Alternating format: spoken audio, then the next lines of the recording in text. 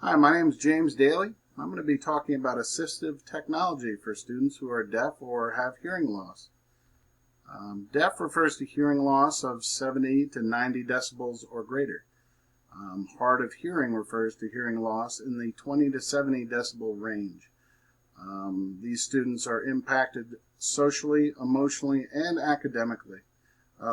Language plays such an important role in our development. So these kids really, are at a great disadvantage right out of the gate.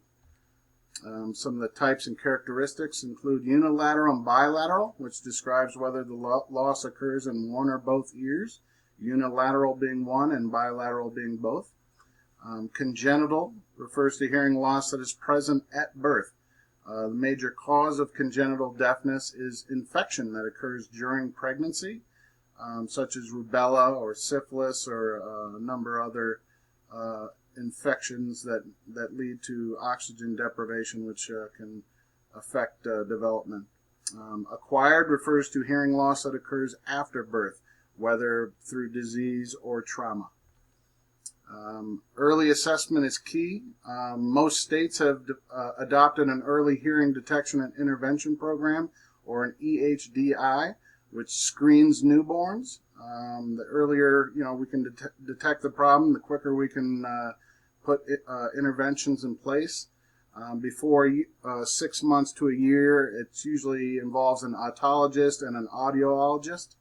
An otologist is a physician who specializes in diseases of the ear, and an audiologist is specially trained in testing and measuring hearing, and will usually prescribe and evaluate hearing aids and cochlear implants for those young kids.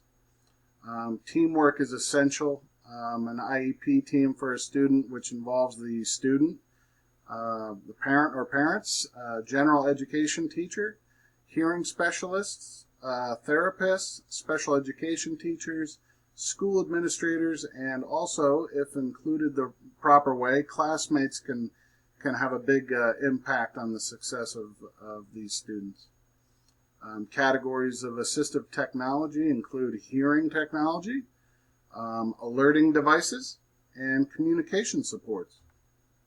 Hearing technology includes hearing aids, cochlear implants, frequency modulation, infrared, induction loop, and one-on-one communicators. Some of the modern hearing aids allow users to actually connect directly to these systems and can be used in the classroom, which is extremely beneficial. Here's a diagram of hearing aids, which used to be, very large and bulky and worn behind the ear, but obviously technological advancements have made them much smaller, to the point where some of them are microscopic and can be placed inside the ear and completely out of sight. And then there's the cochlear implants, which is a surgical option where they create, an artificial, basically an artificial cochlea or an eardrum, and create artificial sound, which can help greatly. Alerting devices include, clocks, watches, alarms, computers, a phone, and again, one-on-one communicator. Any device that'll actually, indicate a transition or an activity or signal an indication. Here's the phones, computers, obviously. Communication supports include a pager, text device, phone amplifier, what's called a telecommunication device for the deaf, or TDD.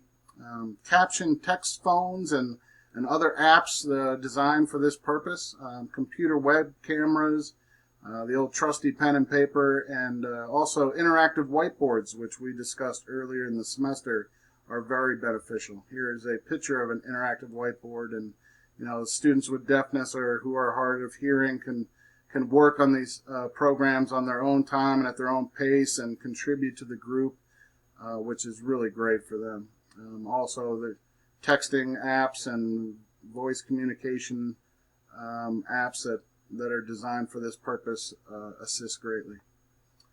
Environmental considerations include noise, classroom acoustics. The distance the student is from the teacher can play a big role and should be modified. And also line of sight, being able to see what's going on will help the student greatly. And then obviously lighting may have to be modified depending on that particular student's needs. The goal setting and planning in the IEP, Individualized Education Plan, is team-based, as we previously discussed. I think it's important for us to maintain our high expectations and be positive, patient, and focus on contributing to that team effort. Teamwork is extremely important when dealing with students with disabilities. And it's also important to reevaluate what we're doing, reevaluate our strategies, the devices we put into play, and also our pedagogy and our curriculum designed around that student's particular needs.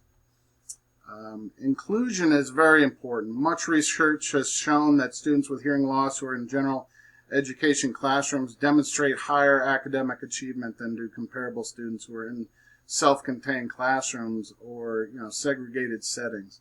And I think it's really our duty to students with disabilities to include them in our classrooms as much as possible, as it's clear now that they benefit so greatly from it. And not only that, but the other students in the class benefit greatly from it as well.